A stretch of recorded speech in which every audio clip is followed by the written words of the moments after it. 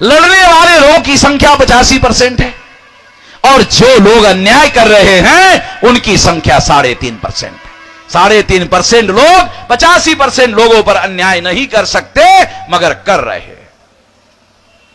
क्यों कर रहे हैं? 14 अगस्त 47 तक अंग्रेज भारत का शासक वर्ग था।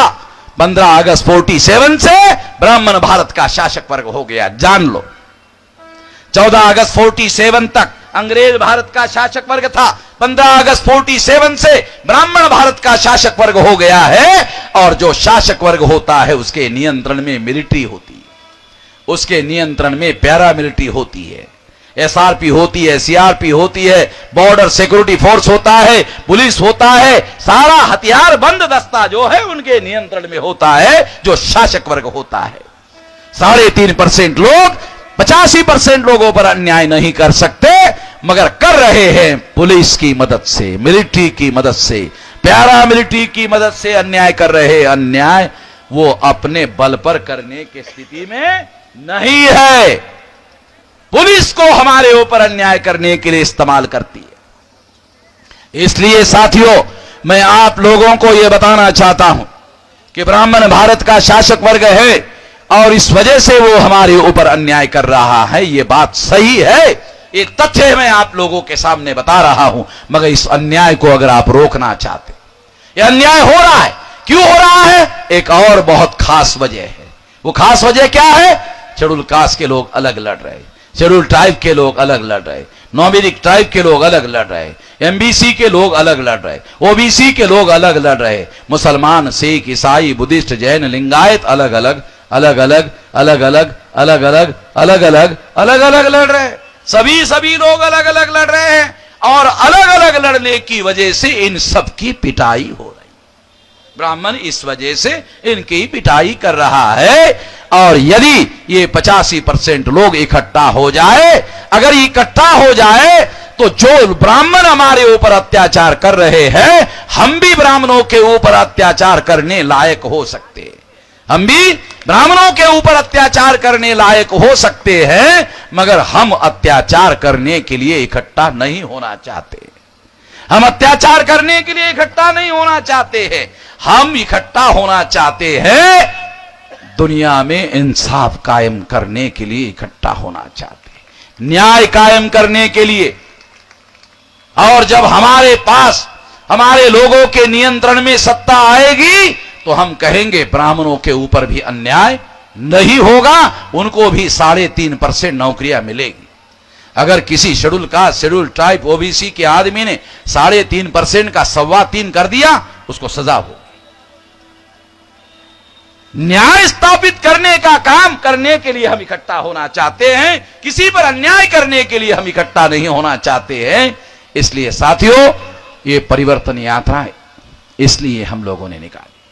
ब्राह्मणों ने हमारे लोगों को आजादी के आंदोलन में पढ़ाया। क्या पढ़ाया? हमारे लोगों को पढ़ाया। अंग्रेजों का एक नियम था, नीति थी, और वो कहते थे बांटो और राज करो। ब्राह्मण लोगों ने हमें कहा बांटो और राज करो, अंग्रेजों की नीति थी। ऐसा ब्राह्मणों ने हमारे लोगों को कहा, गलत बात है। ये अंग्रेजों की नीति नहीं थी। अंग्रेजों के 2000 साल पहले ब्राह्मण आए और ब्राह्मणों ने हमारे लोगों को, हमारे मूल निवासियों को 6000 जाति के टुकड़ों में बांटा। अंग्रेजों ने हिंदू और मुसलमान में बांटा। अंग्रेजों ने 2 टुकड़े किए थे, सही बात है। ब्राह्मणों ने 6000 टुकड़े किए थे हमारे समाज के। 6000 जाति के टुकड़ों में शेड्यूल कास्ट की 1700 जातियां, आदिवासियों की 900 जातियां, ओबीसी की 3743 जातियां। गिनती करो, 6000 से ज्यादा है, कम नहीं है। और इस तरह से 6000 जाति के अंदर ब्राह्मणों ने हमारे लोगों को बांटा।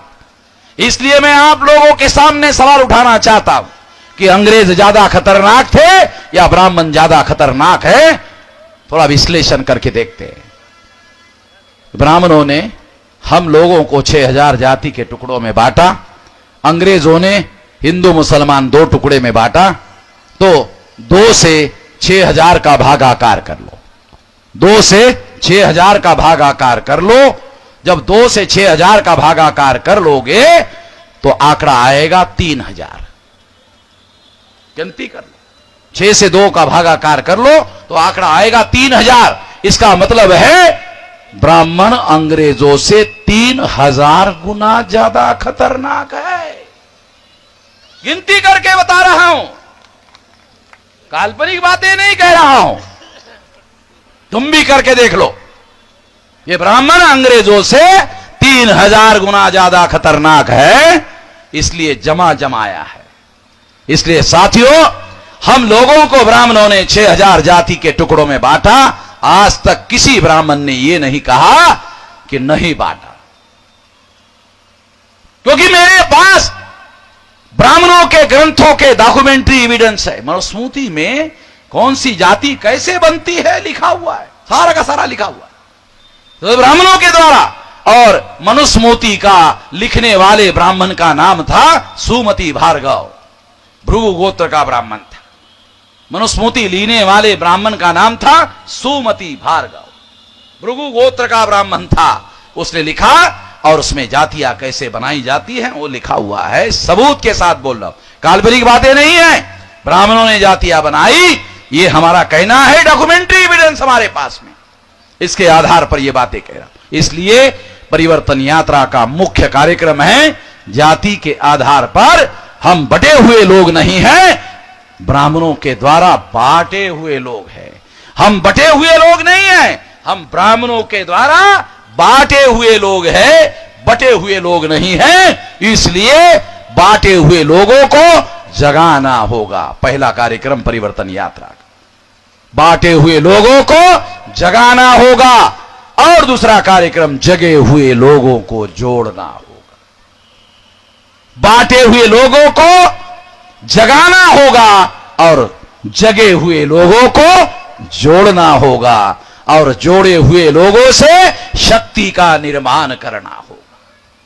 परिवर्तन शक्ति से आता है, परिवर्तन जनशक्ति से आता है। सारे दुनिया में देख लेना, जगे हुए लोगों से शक्ति का निर्माण करना होगा और फिर शक्ति का संचय करना होगा। और संचयित शक्ति का जब समय आएगा तब उपयोग और प्रयोग करना होगा। ऐसा करना होगा, ऐसा करेंगे तो इस देश में जो परिवर्तन हम लाना चाहते हैं वो परिवर्तन लाने में हम कामयाब हो सकते हैं। हम लोगों ने इस परिवर्तन यात्रा के माध्यम से छोटे छोटे संगठन,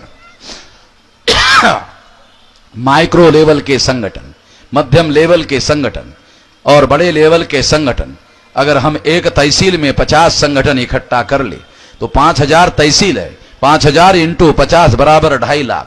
अगर 100 संगठन हम एक तहसील में इकट्ठा कर ले, होते हैं, कर ले, अगर ऐसा कर ले तो इस देश में 5 लाख संगठन हम इकट्ठा कर सकते हैं। अगर 5 लाख संगठन हम इकट्ठा कर सकते हैं, अगर एक संगठन के 20 कार्यकर्ता भी मान ले एवरेज में, तो 1 करोड़ कार्यकर्ता आपके आंदोलन के लिए उपलब्ध होंगे।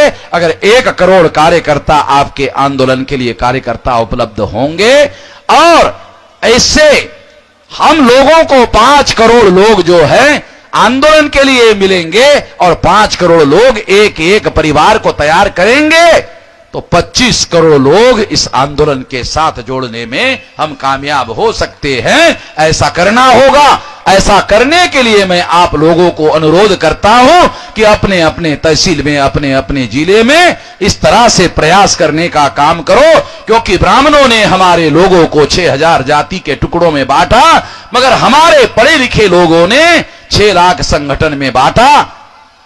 हमारे ब्राह्मणों ने 6000 में बांटा और हमारे पढ़े लिखे लोगों ने 6 लाख संगठन में बांटा। तो जातियों से ज्यादा संगठन हमारे लिए ज्यादा खतरनाक हो गए हैं। तो ये छोटे छोटे संगठन जोड़ना होगा।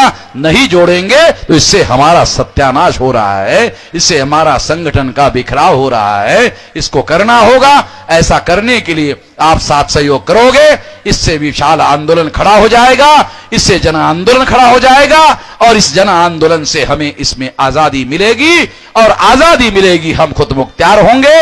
और अगर खुद मुख्तियार होंगे तो अपने भविष्य का फैसला लेने का अधिकार हमारे पास होगा। जब हमारे पास हमारे भविष्य का फैसला लेने का अधिकार होगा, तभी हमारी समस्या का समाधान होगा। ऐसा करना होगा, ऐसा करने के लिए आप साथ सहयोग करोगे, इस आशा और विश्वास के साथ आपने मेरी बात ध्यान से सुनी।